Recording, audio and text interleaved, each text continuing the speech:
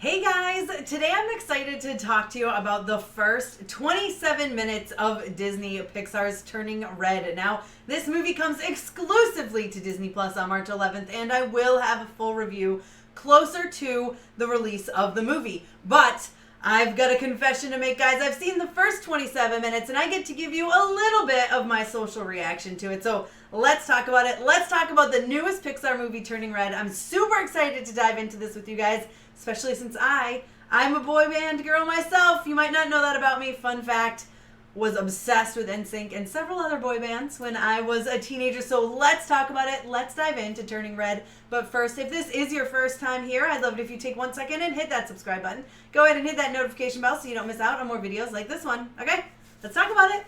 Hey, Tessa from MamasGeeky here. Thank you so much for stopping by my YouTube channel. Okay, so like I said, I've only seen the first 27 minutes, and I've got to admit, the second it ended, I went, what? Like, out loud, I literally went, what? Like, you're kidding me. Like, you're cutting it off right here, because of course they are. This is a pivotal moment in the movie. Things are about to change. Things are about to get even crazier and more intense. And of course, I don't know what's going to happen next. But based on the first 27 minutes, I can tell you that this is probably my most recent favorite Pixar movie. It might be my favorite Pixar movie. It's hard to say. But listen, I can relate to May so much. I was a teenage girl. I was a teenage girl. It wasn't that long ago, although it feels like that long ago. And I had kind of this obsession with boy bands, and it happened what felt like overnight, right? I mean, this is obviously a play on puberty. We can tell that from just the trailers.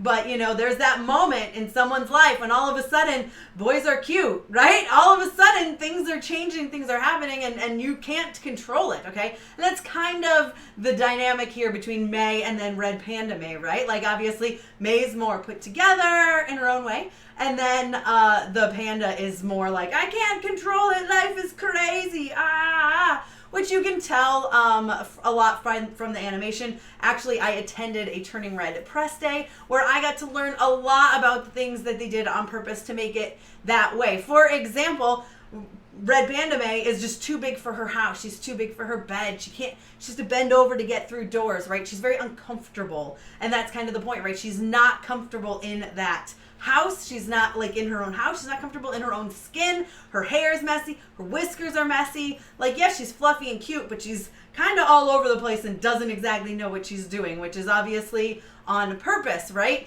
Now, there's a whole lot of stuff between May and her mom in here, which, again, I was a teenage girl, I can relate to. And then, of course, there's May and her core group of friends, her ride or dies, right? And one of the things I love that the animators did is that they moved together constantly, all the time. That's something they talked about on the press day. Originally, they had them like normal human beings, right? We start and stop at different times, of course. Not May and her friends. They are always constantly moving together as one, no matter what they do. There's also a lot of inspiration here taken from anime, mostly in the eyes. That's one of the major things they did, you know, stars in their eyes or big giant tears, or if they're shocked, their pupils get really tiny. So that's something to pay attention to, and I love the detail of it throughout. Like I said, the first 27 minutes that I saw, it was definitely some anime influence. They also do something that they've never done in Pixar before, and that is breaking the fourth wall. This is the first Pixar film to break the fourth wall.